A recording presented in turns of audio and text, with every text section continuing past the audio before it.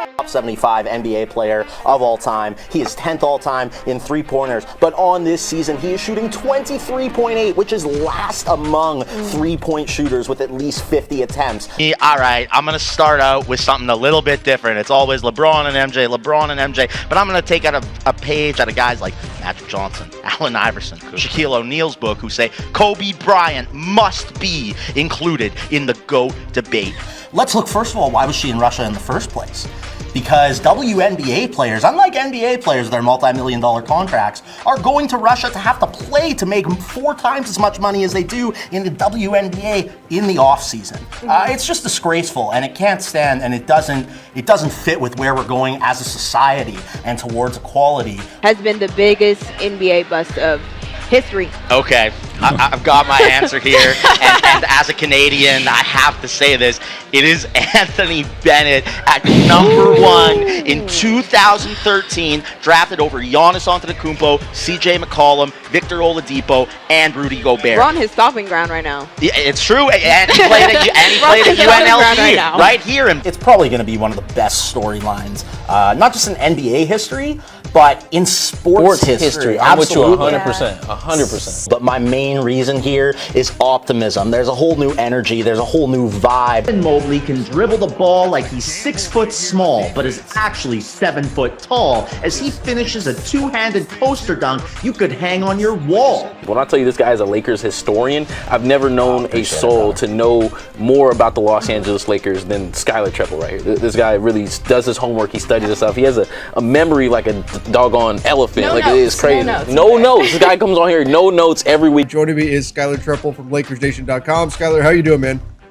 I'm absolutely fantastic. Don joining me to discuss, of course, the Masterpiece Masters. It's the Masterpiece, Chris Masters. Skyler Trepel from LakersNation.com. Guys, what are we thinking coming here, obviously, from Las Vegas? One of the best narratives in sports is, right, the old guy trying to stick around with the young guns. That's this entire team. It's going to be different this time. It is different this time. We found out in Ramona Shelburne's bombshell Kawhi Leonard, Russell Westbrook report. All right, everybody, welcome to an incredibly special episode of Mamba Moments. We have the legend herself in the house, Ramona Shelburne.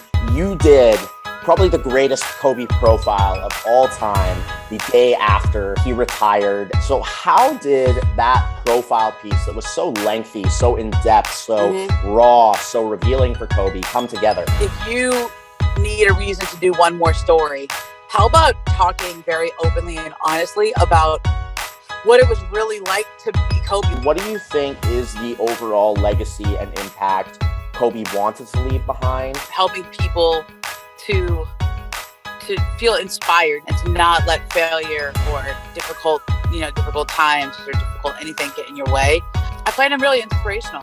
Welcome to the Mamba Moments podcast. My name is Skyler Trepel, and I will be the host of this podcast. All right, everybody, welcome back to another episode of Mamba Moments, and we have our first Kobe Bryant teammate, Josh Powell here. Amazing player, amazing relationship with Kobe. Josh, man, so excited to have you on the podcast today. Always appreciate you as a person, a player. That's why I'm so excited to have Lindsay Gottlieb, recently hired head coach of the USC women's basketball team here, and also the first NCAA women's basketball coach to ever be brought on as an assistant with the Cleveland Cavaliers. What do you think that sports journalists and fans can learn from Kobe's support of the women's game to become a better support or advocate, and overall how doing this can impact sports and society as a whole? That's a great question. Go on forever here. What is the most important lesson that you personally learned from Kobe Bryant? Man, that's a really great question, Skyler. Kobe always said that his purpose was to inspire others to be great in whatever they do.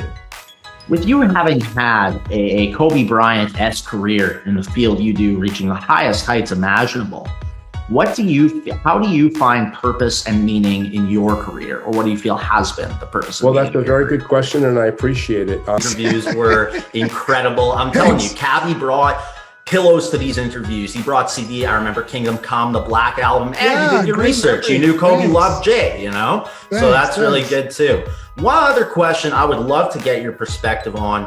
You interviewed Kobe a lot in the mid 2000s, so you were one of the first people to interview him after he changed his number. Now, he told you that he changed it to number 24 because of 24 hours in a day. Obviously, Kobe always said, you know, control what you can in a day. Then later in his career, he said it was the evolution. Then many people said different things. Why do you think, after all these years, that Kobe Bryant changed his number from 8 to 24 halfway through his career? That's a great question, Skyler. No one's ever asked me that. My all-time Mount Rushmore Let's hear it. is Michael Jordan. A collapse, that epic from Kawhi Leonard, who had just balled out one of the best playoff runs we've ever seen. He is the GOAT. He's generally universally regarded as the GOAT. It's Michael Jordan.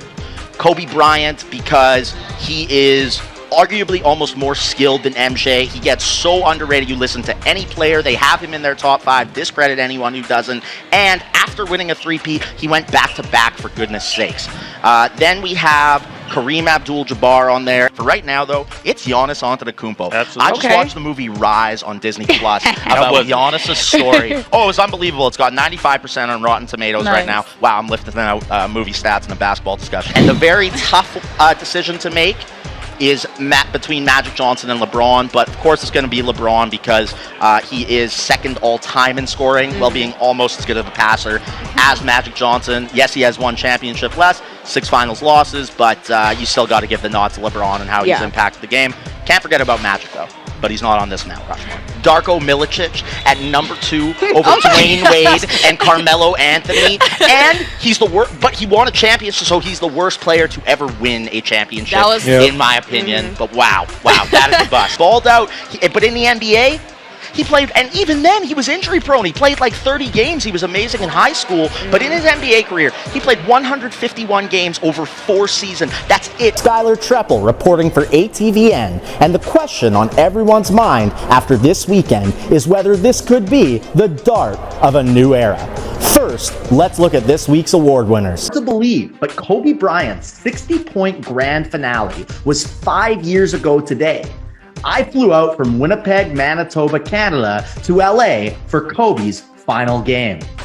Nothing quite sums up the greatness of Kobe's final game and career than this game-winning shot to put the Lakers up for good. You were actually the first player in USC history to start as a freshman at running back in your very first game. So what was that like, and what's going through your mind when that's happening? You stay classy, Southern California. You keep doing what you're doing. Congratulations to you on your podcast. Salute. Give you your roses. Y'all make sure y'all give them his roses. And make sure y'all follow, spread the word to your friends and family that they follow you. So thank you for allowing me the chance to come on here and give a little bit about my story.